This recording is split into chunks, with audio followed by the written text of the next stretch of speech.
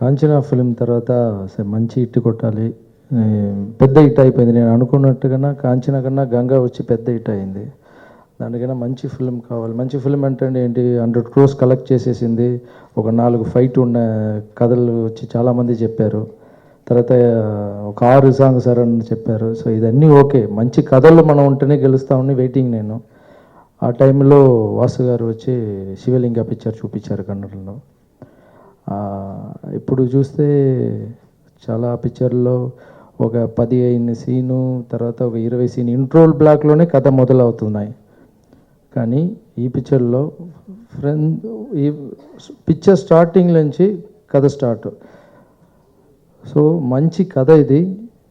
దీంట్లో నేను హీరో అని చెప్పడం కన్నా కథ first hero, second hero Ritika Singh, మూడోది హీరో తమ్ముడు శక్తి, సో నాలుగోది హీరో నేను. సో ఇంత మంచి కథల్లో నేను ఉన్నాను. ఈ పిక్చర్ చాలా బాగా వచ్చింది. పిక్చర్ గురించి తర్వాత ఎక్కువ మాట్లాడుకోవచ్చు. తర్వాత తమన్ గురించి చెప్పాలి. కాంచనా హిట్ ఇచ్చారు, ఒక 3 సాంగ్ మంచి హిట్ అయ్యింది. ఈ పిక్చర్లో 6 సాంగ్స్ హిట్ అవుతాయి. సో తమన్ నా మీద పెట్టుకున్న ప్రేమకి థ్యాంక్స్. అలాగే సర్వేస్ గారు, నేను యాక్ట్ చేస్తే వేరే ఎవరో కలర్గా చూపిస్తున్నారు. ఆయనతో ఇక్కడ పటాస్ రిలీజ్ అయింది, అది నేను తమిళ్లో చేశాను. ఆయన వర్క్ బాగా నచ్చి నెక్స్ట్ శివలింగ కూడా ఆయనే కావాలని ఈ పిక్చర్లో వర్క్ చేస్తున్నాను. Next Abhishek picture first time Telugu ఇండస్ట్రీకి వస్తున్నారు. రమేష్ గారు, ఈ పిక్చర్ బాగా హిట్ అయ్యి తెలుగులో చాలా పిక్చర్ ప్రొడ్యూస్ చేయాలని రాఘవేంద్ర స్వామి కోరుకుంటున్నాను. అలాగే రవి సారు, ఇంతవరకు ఒక్క టెన్షన్ కూడా లేదు.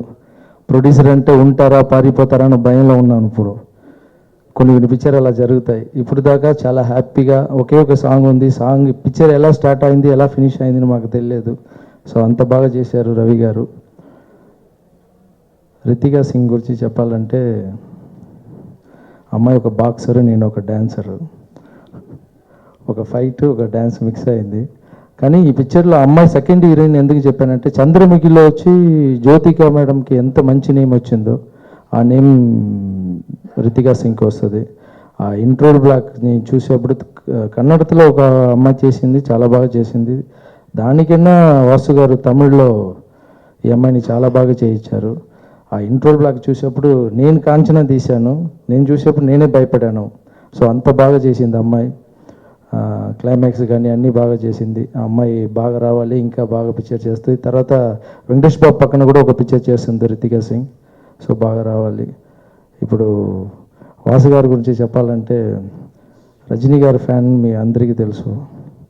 చిన్నప్పటి నుంచి రజనీ గారు యాక్ట్ చేసిన ఫిల్మ్ అన్నీ ఎక్కువ స్టైల్ ఉన్న ఫిల్మ్ వచ్చి సారు ఉన్న ఫిల్మే.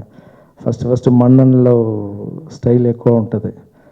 సో రజనీకాంత్ డైరెక్టర్ తోటి నేను యాక్ట్ చేయటం అన్నది నాకు చాలా సంతోషంగా ఉంది.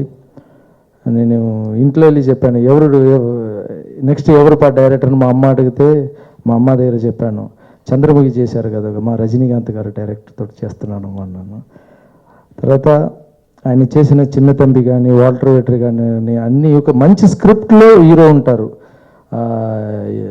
ఆ హీరోకి ఏమేమి కావాలి, ఏమేమి స్టైల్ కావాలి అన్నీ.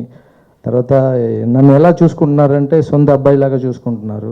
ఒక్కొక్క షాట్ పెట్టేప్పుడే మనకు తెలిసిపోద్ది. కథ కోసం పెట్టడం వేరు, ఈడు బాగా రావాలి, ఇంకా పైకి రావాలి, ఇంకా ఒక సాంగ్ రైటింగ్లో తెలిసిపోద్ది, ఒక షాట్లో తెలిసిపోద్ది. సో నా మీద పెట్టుకున్న ప్రేమకి థ్యాంక్స్ చెప్పుకున్నాను. మిమ్మల్ని అందరి చాలా రోజుల తర్వాత కలిశాను, చాలా థ్యాంక్స్. మీరందరి బ్లెస్సింగ్స్ కావాలి. Thank you very much.